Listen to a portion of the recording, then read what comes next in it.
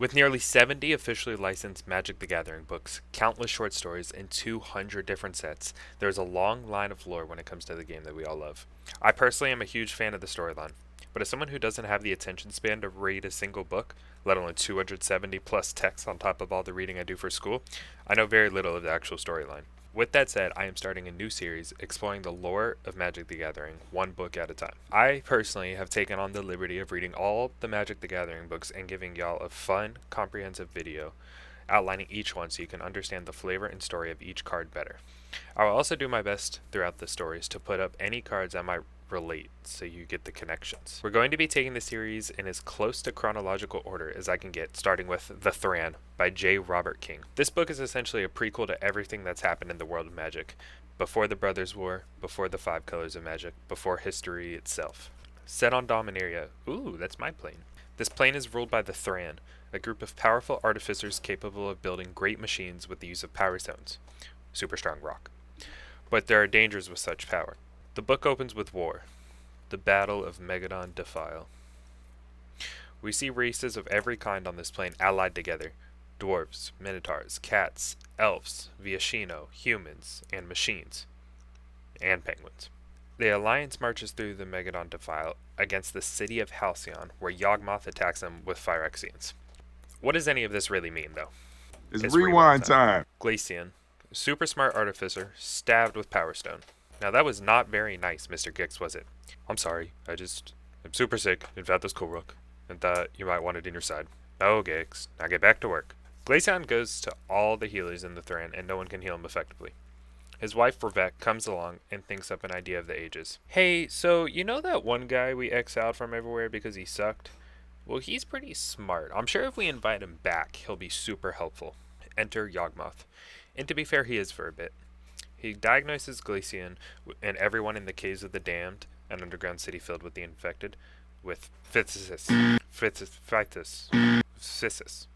And the correct answer is Physis. He explains to Gix and Glaceon that the disease comes from the Power Stones, and the rig on top of the caves, where Glaceon got stabbed, is leaching into the cave, causing the disease.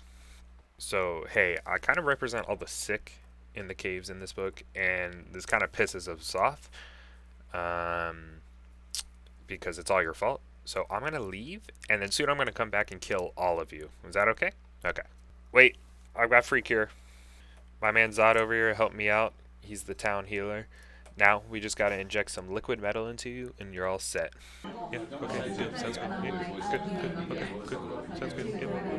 Alright, well, you're pretty good at this whole healing thing, so we're going to put you on the royal board. Is that alright? And we're back to war. The Battle of Null Sphere.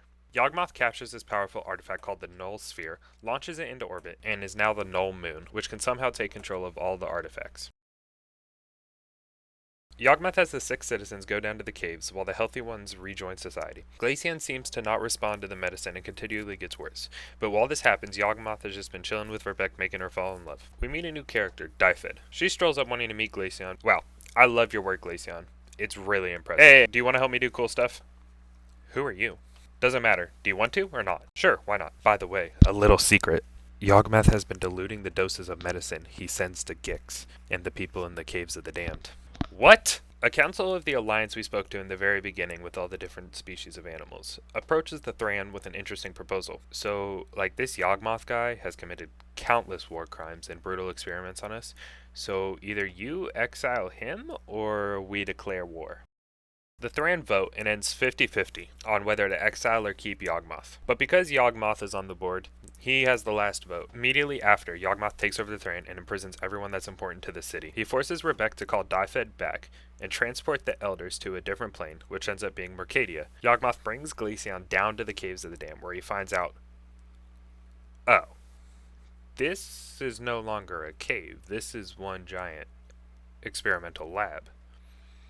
Additionally, while down there, Dyfed opens a portal to the magic plane that's made of pure mechanical energy. No, it'll heal them. It's not for my benefit at all. Trust me. Trust me.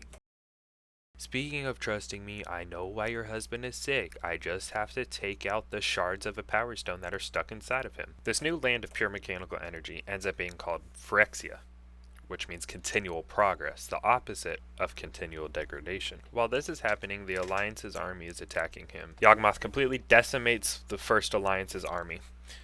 After this happens, though, and he narrowly wins, 2 more larger armies approach from the horizon, so he switches gear. 7 years ago, our fallen brothers and sisters succumbed to the plagues of war in brutal and terrible ways.